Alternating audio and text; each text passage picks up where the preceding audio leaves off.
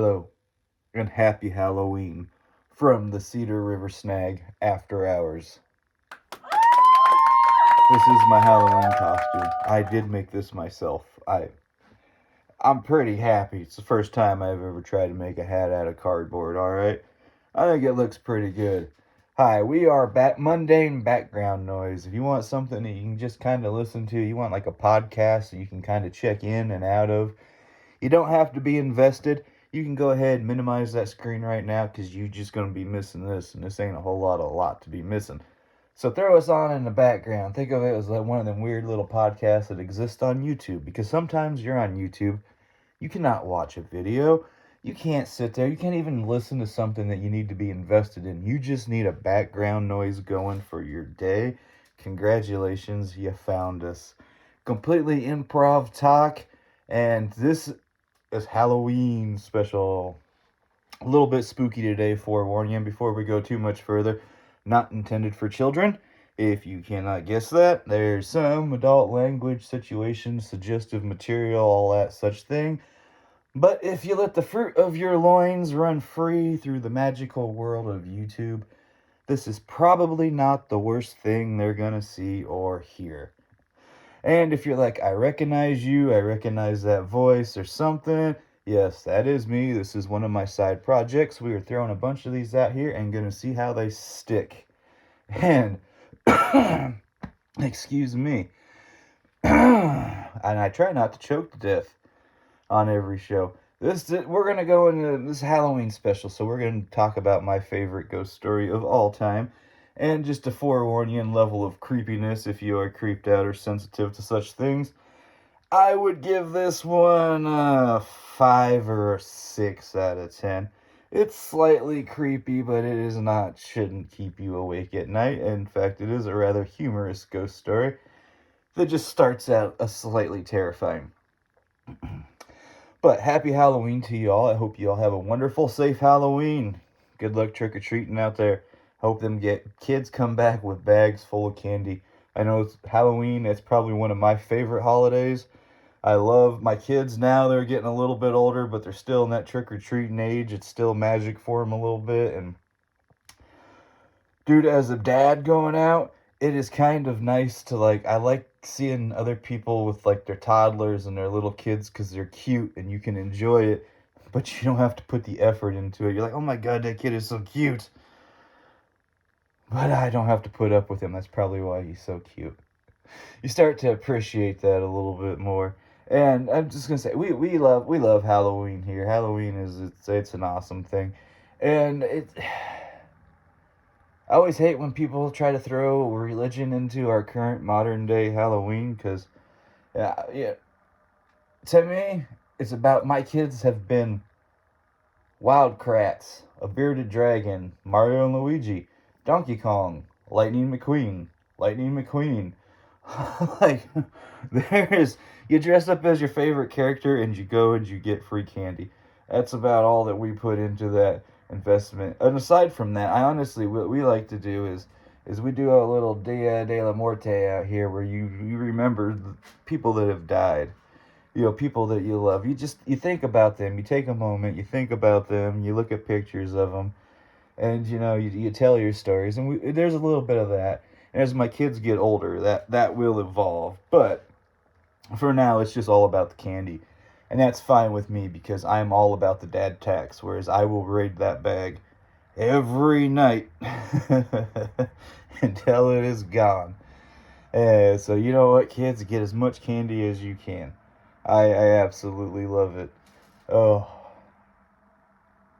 I don't know. I mean, having kids, it's one of them holidays. It doesn't quite have that magic of good old Santa Claus, but there's some magic of dressing up, going out, getting free candy, showing off your costume, scaring people, remembering your loved ones, and just making it a good, fun time. And that's what I hope for all of you. I hope you have a very happy Halloween, safe and happy Halloween. And as you get older, it gets slightly, oh, good Lord, I should tell a story about the nurse. We will save that for a different one. Maybe that'll be next Halloween. Yeah, like, subscribe, do your stuff, try to keep me around till then. Because if I keep spitting these out, I'm gonna have to throw that story out.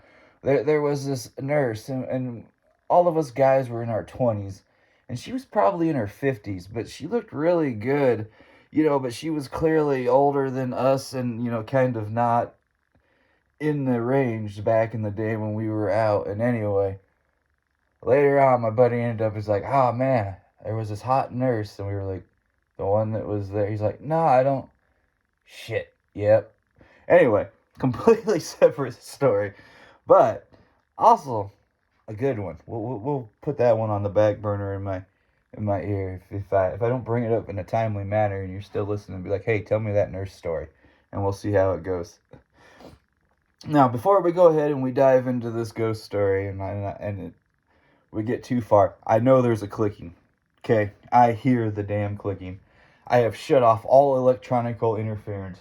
It has to be something outside. I'm gonna get a different mic setup. It is not here yet.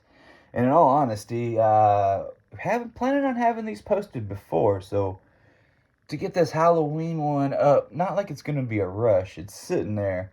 The stuff needs edited, but we had to record in advance before it's a whole thing. I blame my producer Daphne. Just is what it is. Anyway, Halloween story time, and the clicking just adds to the spookiness. It's a ghost. So this kicks back, and this is not my story. This is actually a friend of mine's story.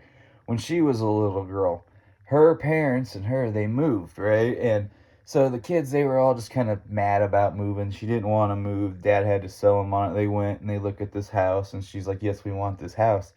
It had an attic upstairs. It had 2 bedrooms and a bathroom.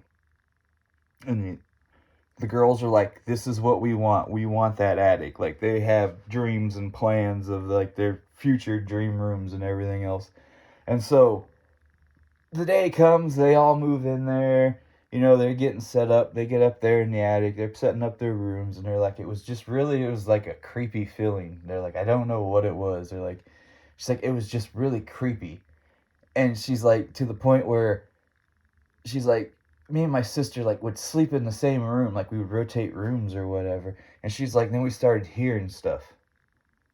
She's like, and then we started seeing stuff.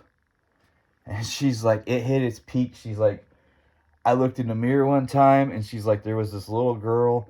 She's like about my age, standing behind me. She's like with like long black hair, and she's like, her eyes were really like sunken into her head. And she's like, I looked at it and like scared. She's like, turned around. I screamed. There was nobody there.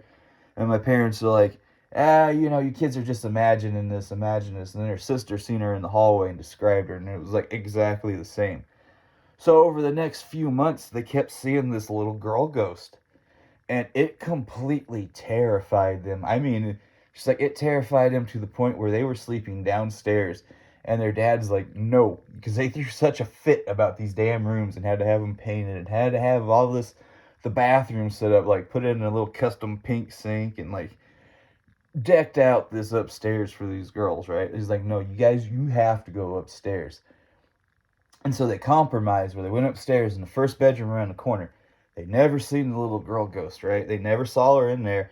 Like from the stairs down there was pretty safe. So literally they abandoned the other bedroom and the little bathroom up there. So they were sharing the downstairs bedroom with their parents because they would not go in there, right? And she's like, my dad at a certain point, my dad was when we like started like, no, we gotta hang sheets, and we're like freaking building a frame to block out this side of the house.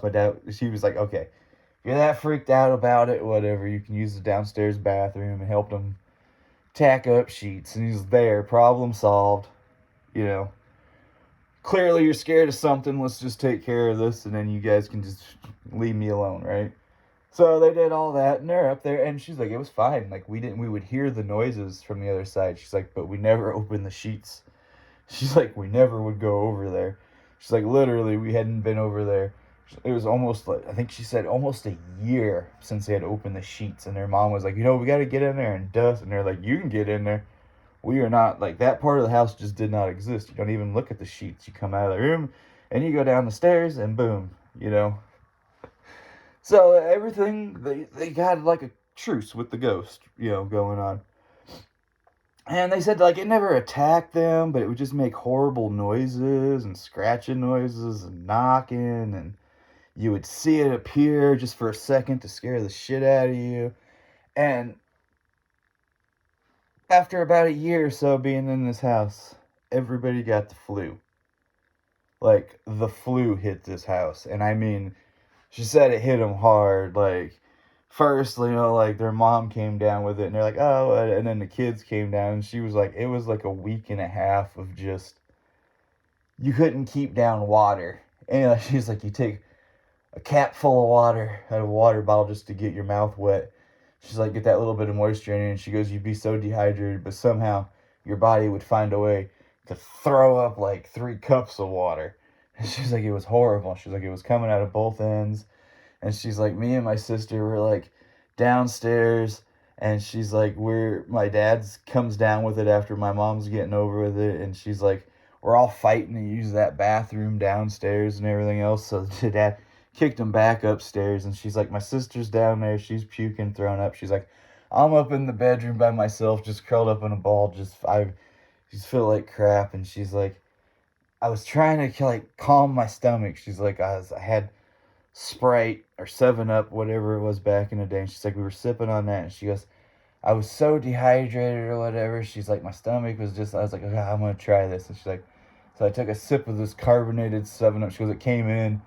And she goes, it hit my stomach. And like, I felt the bubbles. And she's like, I didn't feel bad.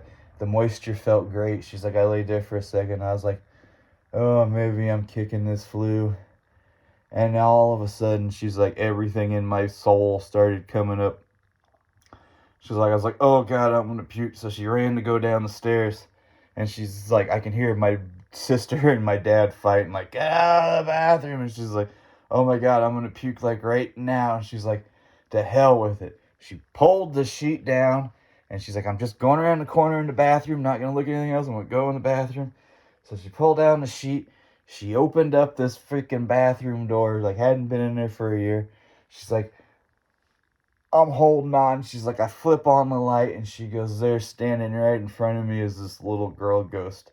She's like pale, eyes sunken in, one of the most horrible sights. She's like, I remember seeing it. It was like looking at like a real life corpse just standing there dead eyed. And as she flipped on that light and she saw her, it made her, the impulse to scream. But when she went to scream, she projectile flu vomited straight out through this little girl ghost, like still standing in front of her, just right in her face, like right through this little girl ghost. And the little girl ghost like just disappeared. And so she's scared shitless. She's like wiping the shit off of her face and everything else. And she goes downstairs and she's sitting there, and her mom's like, I'll clean it up, but you gotta come up and help me. And she's like, I ain't going up there. She goes, I saw that. And so she's like, her mom made her come up there, and they cleaned up the mess. And her mom's like, okay, I'm gonna just hung the sheet up loose, like instead of tacking it all the way back down. She's like, I'm just gonna hang this sheet up here. And so the girl's like, okay.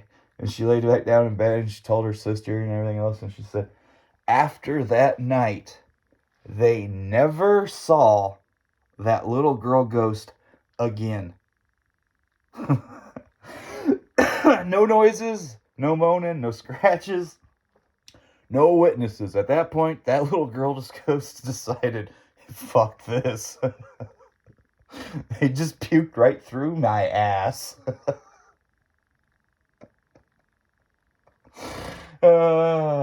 Every time she tells that story, it's so dramatic because there's this little girl ghost, and it's so scary. Oh my God, now you have to confront her. And then you just projectile vomit through the thing, and it goes away. So if you have any poltergeist activity or experience any spooky, and you want to know how to get rid of a ghost, you might want to try puking through them. Because for whatever reason, I hear that is highly effective. Happy Halloween, everybody. I hope it was a great one. I hope to see you next year.